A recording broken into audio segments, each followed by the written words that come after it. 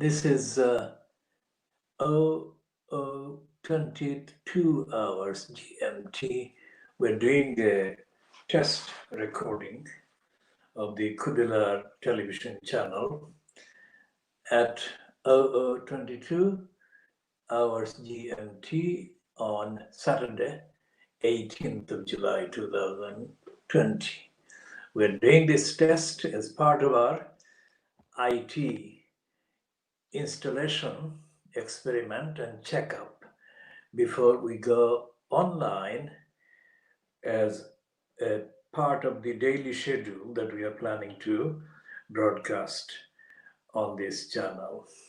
This is the channel that will be talking exclusively on issues that matter primarily, first of all, to the community in Tower Hamlets, East London, and then secondarily to the community outside Tower Hamlets, across East London, across Greater London, across England, UK, the world, and hopefully we shall be able to produce a contribution that is missing from both the specialized niche outlets and also from the so-called mainstream, as typified by the BBC, paid for by the license payers, and by the Sky satellite channel and ITV and the publicly funded Channel 4.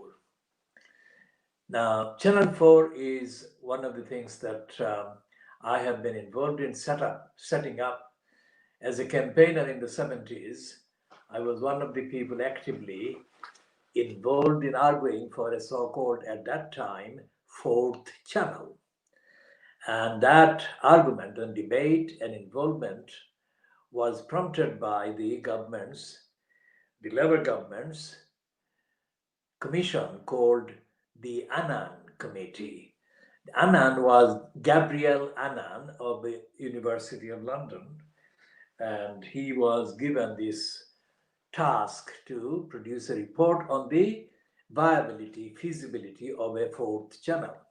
Now, it is called fourth channel because until that time, that is the early 1980s, when the fourth channel as Channel 4 was launched as a result of this committee and the debate and campaigning that we took part in, there were only three channels: BBC One, BBC Two, and ITV. Now, that was all happening in the 70s. From the beginning of the 1980s, when Channel 4 began broadcasting, it became quite clear that although we had a significant number of ourselves, campaigners, had reservations about the claim being made under the banner of Gabriel Annan's Annan Committee that the fourth channel, when launched, would be independent of the tradition created by the two BBC channels, BBC One and BBC Two, and ITV, and that it would be indeed a departure from the three channels, straitjacket of lack of diversity of opinion and views, and lack of independence, lack of impartiality, and all the rest of it. It became clear that Channel 4 was going to be a copy of the three channels. And a significant part of that copy, in my view and my observation, was to do with the person that grabbed hold of the channel, Jeremy Isaacs. Now, Isaacs was a self-seeking, careerist opportunist, part of the establishment, posing as an alternative to the establishment. I had my run-ins with Isaacs, and I challenged him in a public letter published in the New Society Weekly, which is now defunct. Now, New Society was an influential outlet at that time, but it is no longer in existence. But that was where I challenged him, and I accused him of lying at the press conference, the first press conference held in Charlotte Street, where Channel 4 was headquartered. So I challenged Isaacs, and Isaacs failed to answer my challenge or address the core of my challenge. So I've been campaigning for a broadcasting network and outlet that has the majority of the truth of the society reflected in its coverage, and it hasn't been done by Channel 4. I will be continuing to discuss the degeneration of Channel 4, which I helped establish over the years. And the degeneration took a climax actually in the 90s, early 90s, when I had to do a number of programs on the right to reply, which is now scrapped because it was too independent. At least the editions that I actually took part in and forced my arguments on against the corruption of Channel 4's objectives and aims and purpose. Those became too much for the corrupted bureaucracy and the careerists that took control of Channel 4, and so therefore they dropped it. There was another outlet slot called the slot, which was a regular outlet that was appearing at the end of these 7 o'clock news at about 7:55. And I wrote and presented a number of those slots. And again, Channel 4 News has dropped that because, like myself, there were many contributors and potential contributors who wanted to make an independent stand about society, about the value of journalism, and the role of the television news and mainstream television. So I have been at it, if you like. I have been acting independently against the BBC and against the Channel 4 and ITV for decades. And my participation in the foundation of the or founding of Channel 4 television channel has been sabotaged by the crooks that took control of the establishment. And there is again a lot of evidence that I shall be covering in my analysis of the degeneration of Channel 4 over the decades. And I will be covering that in the context of my coverage and reporting on the BBC, on the ITV. And Sky is a newcomer, relative newcomer, and I had little to do with the Sky setting up or its agenda because Sky was and still remains a Rupert Murdoch outlet and operation. So therefore, I didn't have any direct involvement with Sky News or Sky Television, but I have been affected, impacted. My work has been affected, impacted by the behavior and conduct of Sky News. Now, when we started the Khoodeelaar campaign in December 2003, my main colleague and co-campaigner was Kay Jordan. Kay Jordan was a feisty Yorkshire woman who was born and brought up in Halifax and who read architecture and became an architect. And she was an accomplished architect, but decided to give up the professional architecture career and devote her skills and energy and considerable mobilizing capacity to the protection of the community in the East End of London. So the people of East London have been absolutely fortunate to have had the time, about 30 years of Kay Jordan. And it is a unique contribution that Kay Jordan has made to the community, to the society, and to the humanity at large. And one of the things that I intend to do is to go over some of the significant events that highlight and represent the role of Kay Jordan in defending the community in the East End of London And K. Jordan played a significant role in encouraging a lot of Bangladeshi women.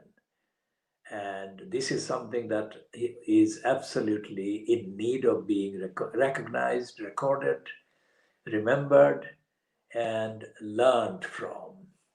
So the Khoodeelaar campaign was not just a campaign against the cross-rail big business agenda to dig the community out of the East End, but also a campaign defending values encompassing what is now trendily called diversity, the diversity and the universality of humanity that we actually encouraged.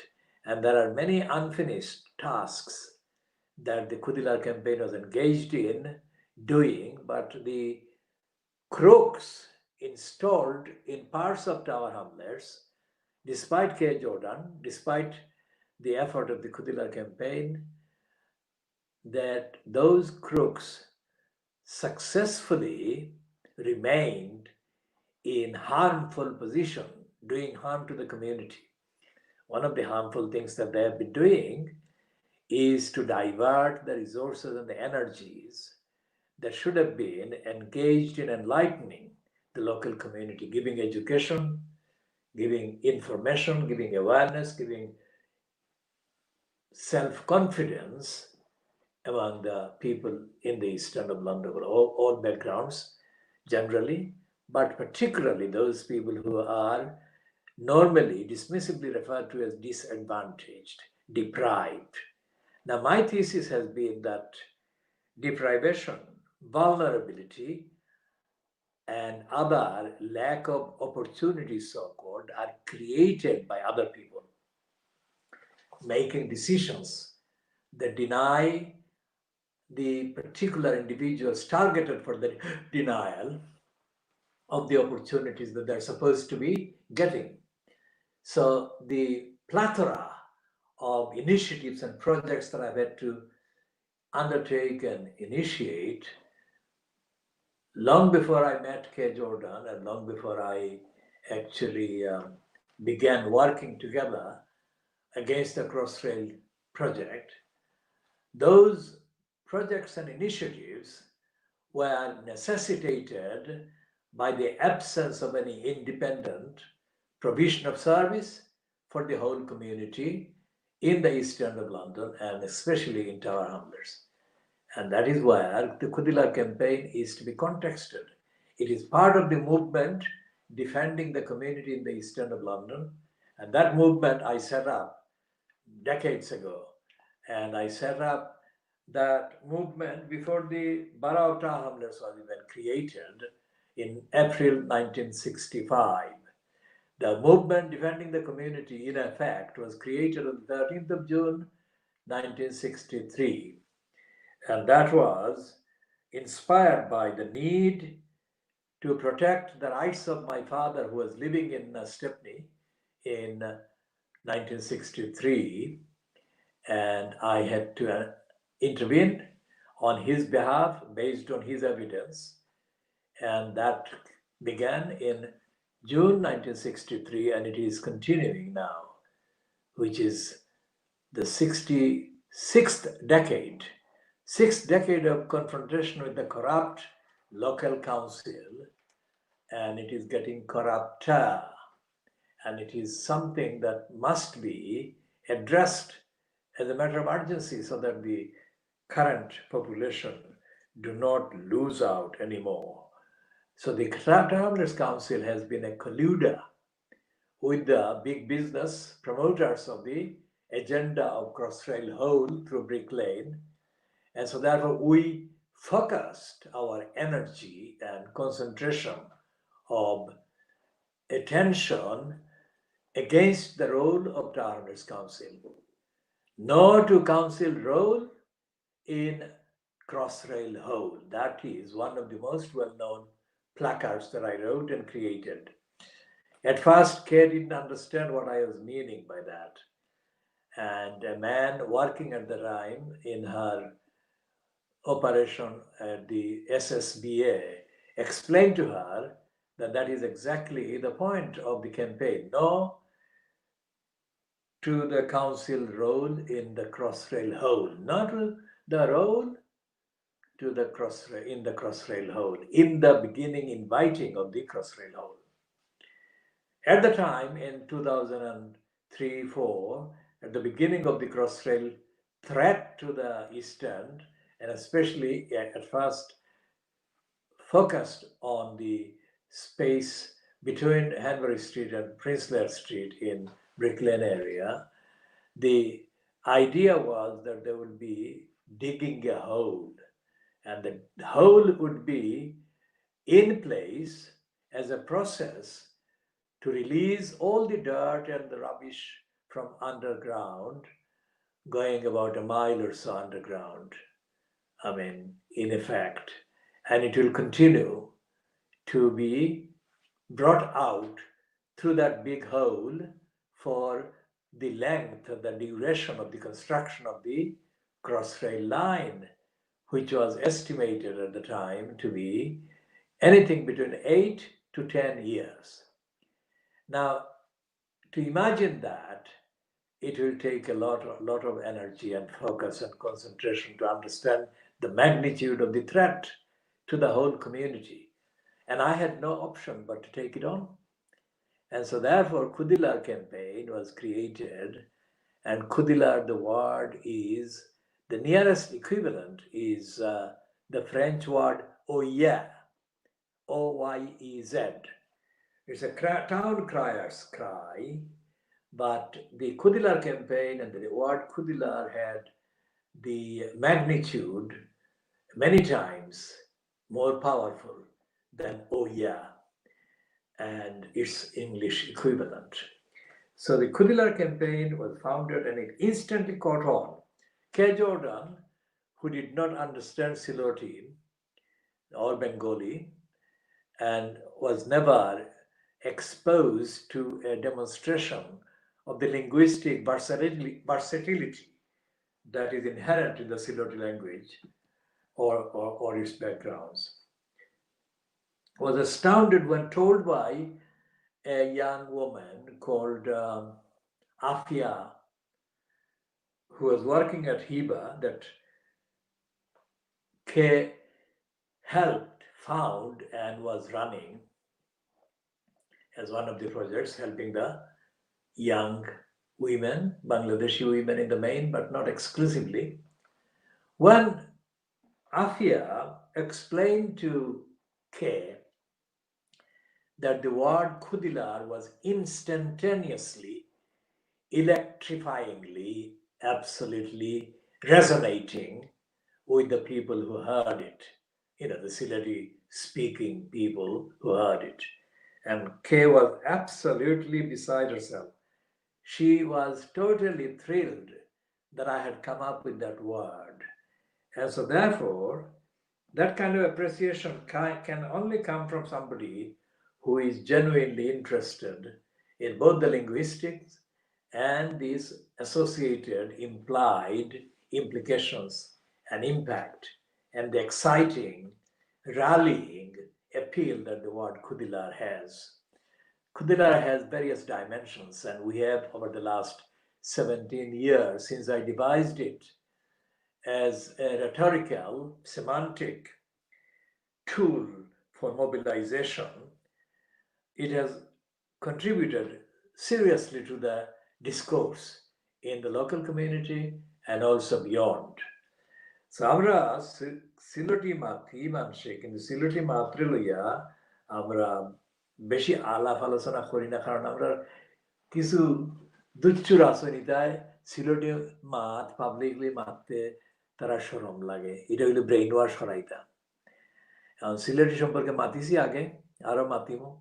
এখন এই test প্রোগ্রামও আমি শেষ করে দিয়ার এখন এই অংশ এখন হইল গিয়া 12:41 GMT R 1:41 local time on Saturday, 18th of July 2020.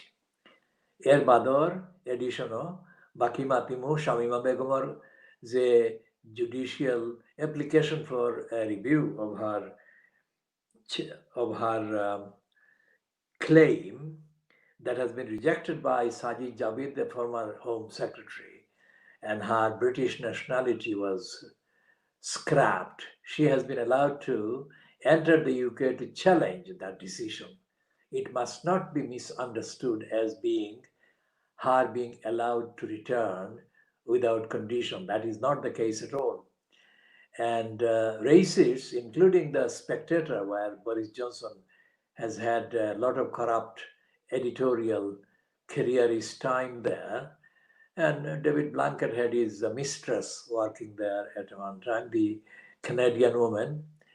And so the Spectator has run on the day of the judgment of the Court of Appeal in favor of Shamima Begum's application, a piece by a racist from Australia called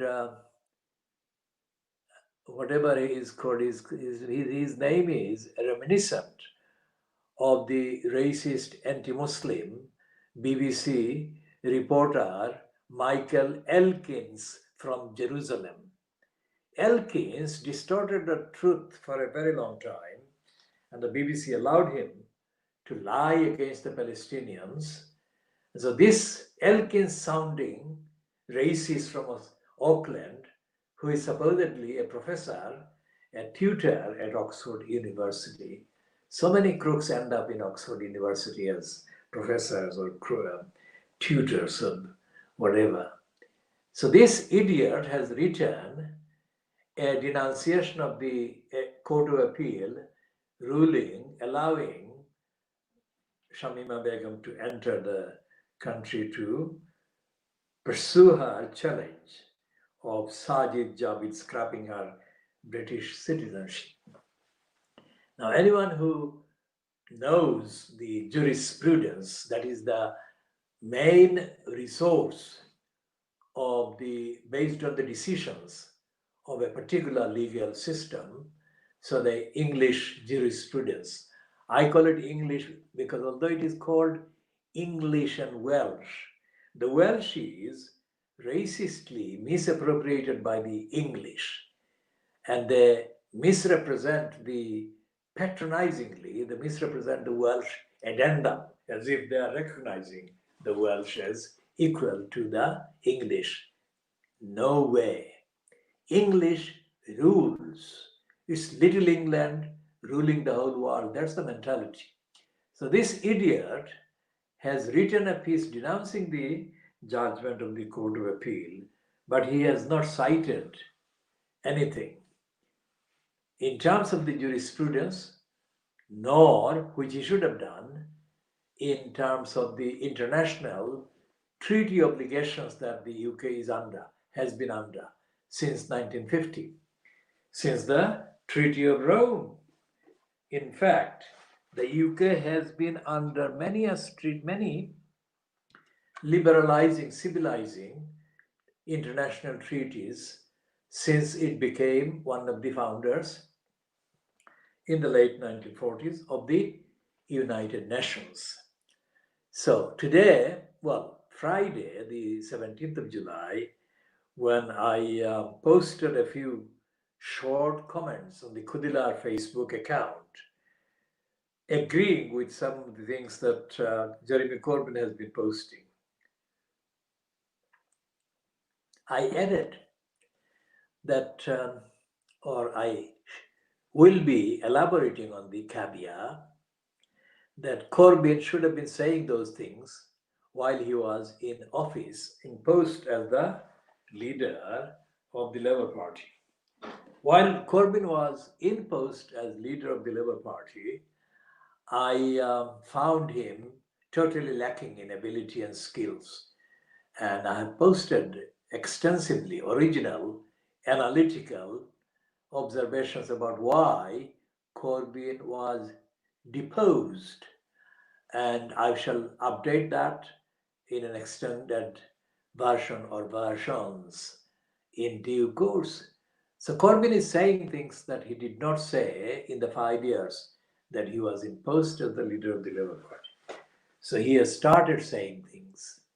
And one of the things that Corbyn should be saying, but hasn't yet started to say, is the complete idiotic ignorance by all the Labour Party leaders and members of Parliament and members of the so-called House of Peers about the law.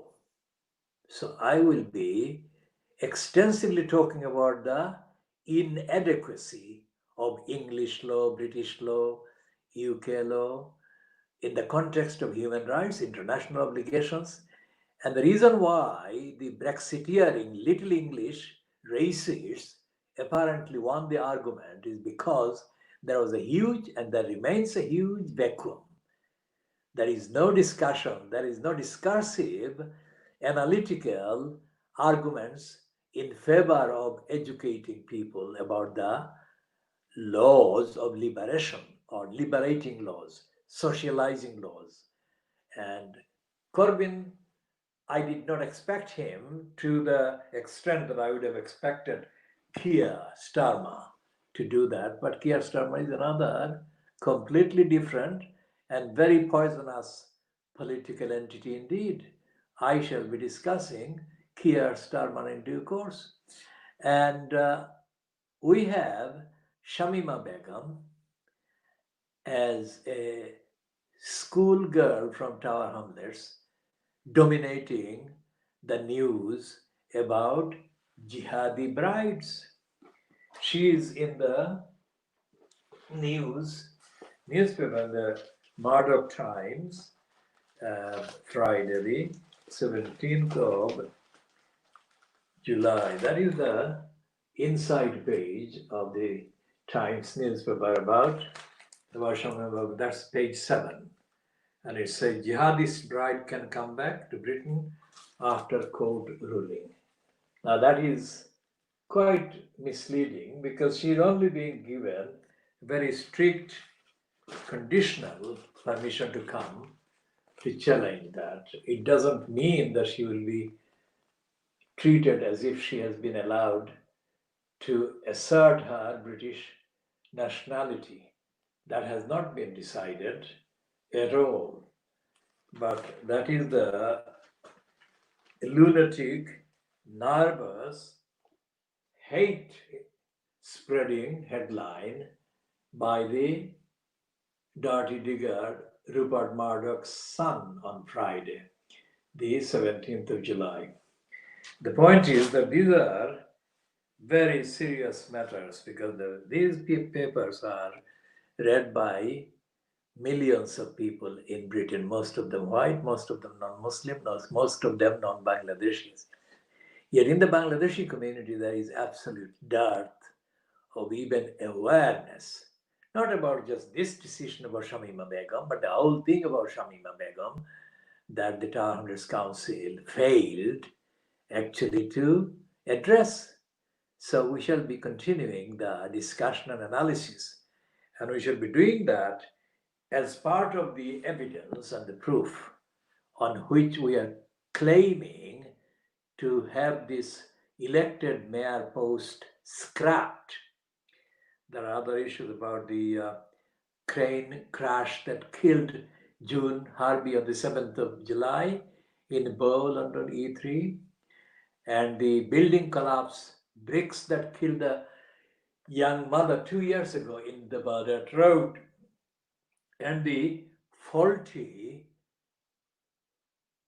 Tower Hamlets Council installed and maintained branch of a tree that fell on a 5-year-old girl in Marlin Park, killing the child. These are serious matters. People are being killed by crashes, collapses, due to the negligence of the building control and planning section of the Tower Hamlets Council, and by definition of the administration of the elected mayor, who is in all these, during all these events, it was John Biggs. Biggs is the mayor by default because there is no real opposition. Now, this is the Daily Mail of Friday about Shamima Begum, and they're saying this thing they're saying about Shamima Begum. Now, there is no discussion about this child, and this is something that should concern ordinary members of the Bangladeshi community who are also Muslim, because she is a Muslim, and the attack on her has been actually extended to cover the whole of the Bangladeshi community in this country and in the world. I mean, this is the kind of thing that brings the community into disrepute. As Lutfur Rahman being found guilty of corrupt practices by Election Commissioner Richard Morey on the 23rd of April 2015 had the same ripple effect. And no less than the occupant of the President of the United States had his lackeys focusing on Tower Hamlets simply on the slender basis that Lutfur was from a Muslim background. So they said that, the Muslims are to blame for everything. And there is a whole long list of allegations that they made against Tower Hamlets, and by encompassing in the image all the Bangladeshi Muslims in Tower Hamlets, they demonized the whole community, and they actually disenfranchised the people who were at no fault at all.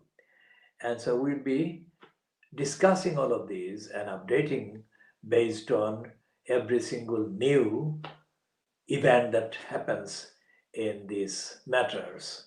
And finally, on Crossrail, which is where the Khoodeelaar campaign began, Crossrail has been in the news again, not only because it is late by 2 years plus from going operational, but because of the blacklisting of an employee who was challenging the Crossrail management. And they paid millions of pounds or hundreds of thousands of pounds to a spy or a network of spies to spy on this agitational activist member of staff. So it's called blacklisting, although the word blacklisting, the adjective and the noun is something I don't spontaneously accept because of its racist, anti-black direct connotation. But this word seems to be the only word that is in current usage in the English language that carries the meaning intended by it. So, although proscribed and proscription would be more accurate, that word or those words would not have anything like the impact that blacklisting has. So, for that reason, I am accepting for the time being until a better expressive alternative is found, the use of the word blacklisting. So we'll be talking about Crossrail blacklisting people as well, something that was included in our diagnostic denunciation and rejection of Crossrail as a front for the big biz interests in the City of London and elsewhere in Britain. So that has been in the news on Friday. So we shall be continuing the test broadcasts by the Khoodeelaar campaign. This one is coming to an end, this recording is coming to an end at 00:56 GMT, that is 01:56 UK time, in the morning of Saturday the 18th of July 2020. So, Khuda Hafiz, Assalamu alaikum, and good morning, and until we meet again.